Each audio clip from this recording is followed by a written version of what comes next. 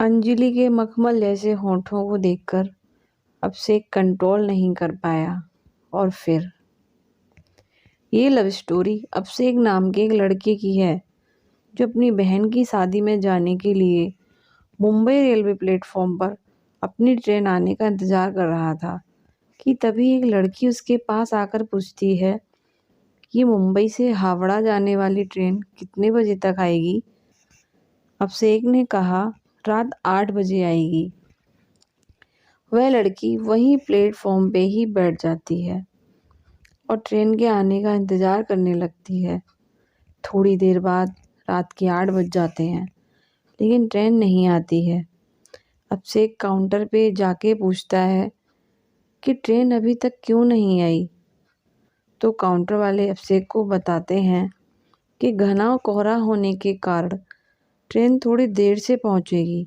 अब अभिषेक उस लड़की के पास जाता है और कहता है कि घना कोहरा होने के कारण ट्रेन थोड़ी देर से आएगी। वैसे आपको जाना कहाँ है?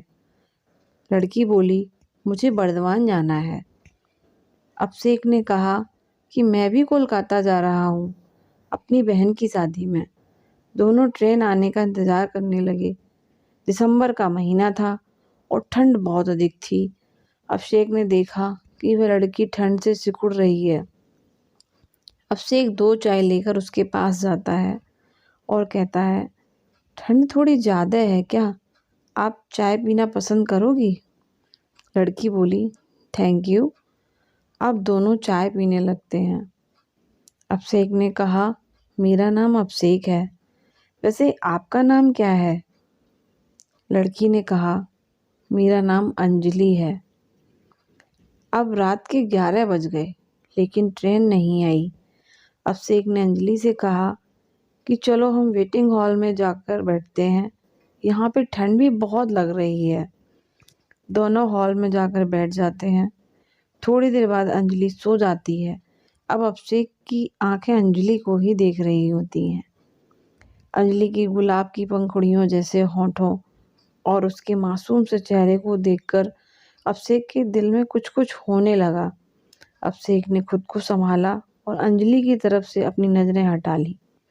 रात के 2 बजे ट्रेन प्लेटफॉर्म पे आती है। अभिषेक तुरंत जाकर अंजलि को उठाता है और फिर दोनों ट्रेन में जाकर बैठ जाते हैं। अंजलि अभिषेक से पूछती है, आप मुंबई में क्या करते हो? अभिषेक, मैं एक सेल्समैन की जॉब करता हूँ। और आप क्या करती हो? अंजलि, मैं अभी मुंबई से होटल मैनेजमेंट की पढ़ाई कर रही हूँ। दोनों एक दूसरे से बातें करने लगे और बातों ही बातों में अंजलि ने अभिषेक से पूछा कि क्या आपकी शादी हो गई है? अभिषेक मुस्कुराते हुए कहता है, ना, अभी तक तो नहीं हुई। अंजलि ने फिर पूछा, आपकी कोई गर्लफ्रेंड? अभिषेक, नहीं, मेरी कोई गर्लफ्रेंड भी नहीं है, कोई लड़की मुझे मिली ही नहीं।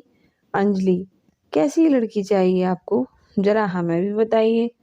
अभिषेक, बिल्कुल आपकी जैसी।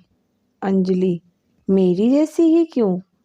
अभिषेक, आप बहुत ही प्यारी और मासूम हो और आपकी प्यारी प्यारी बातें मुझे अच्छी लगती हैं। अंजलि, अच्छा जी, ये बात है, तो चलिए अब मैं आपके लिए कोई मासूम सी लड़की ढूंढती हूँ। आप अपना फ़ोन नंबर हमें दे दो ताकि लड़की मिलने के बाद आपसे बात हो सके। अभिषेक तुरंत अपना फ़ोन नंबर अंजलि को दे देता है। थोड़ी देर बाद अंजलि सो जाती है लेकिन अभिषेक को नींद नहीं आई। वह सिर्फ अंजलि को ही देखता रहा। ऐसा लग रहा था मानो अभिषेक के दिल में अंजलि के लिए प्यार का फूल खिल रहा हो। अभिषेक उस पल को अपनी आंखों में कैद कर रहा था। वह सोच रहा था कि क्या पता फिर कभी अंजलि से मुलाकात होगी भी या नहीं। अब सुबह हो गई थी। ट्रेन बर्दवान पहुंचने वाली थी। अंजलि अभिषेक से कहती है, मेरी मंजिल आ गई, अब मैं चलती हूँ। अभिषेक थोड़ा उदास हो जाता है। उसे ऐसा लगता है कि कोई अपना उसे छोड़कर जा रहा है। ट्रेन वर्धमान स्टेशन पे रुकती है और अंजलि मुस्कुराते हुए अभिषेक को अलविदा कहती है। अभिषेक ट्रेन की खिड़की से अंजलि की तरफ देखता है। अंजलि भी अभिषेक को आखिरी बार पीछे मुड़कर देखती है उसके दिल में भी अभिषेक के लिए कुछ फीलिंग्स थी। ट्रेन अब स्टेशन से चल पड़ती है, लेकिन अभिषेक अभी भी अंजलि को ही याद कर रहा था। कुछ समय बाद अभिषेक के फ़ोन पे एक मैसेज आता है जिसमें लिखा था, तुम्हारे लिए लड़की मिल गई है, उसका नाम अंजलि है और ये उसका फ़ोन नंबर है। अभिषेक ने तुरंत उस नंबर पे कॉल किया और अंजलि ने कॉल रिसीव किया। अंजलि, तो लड़की कैसी लगी आपको? अभिषेक, बहुत अच्छी लगी। अंजलि, तो शादी करना चाहोगे? अभिषेक, जी बिल्कुल करना चाहूँगा।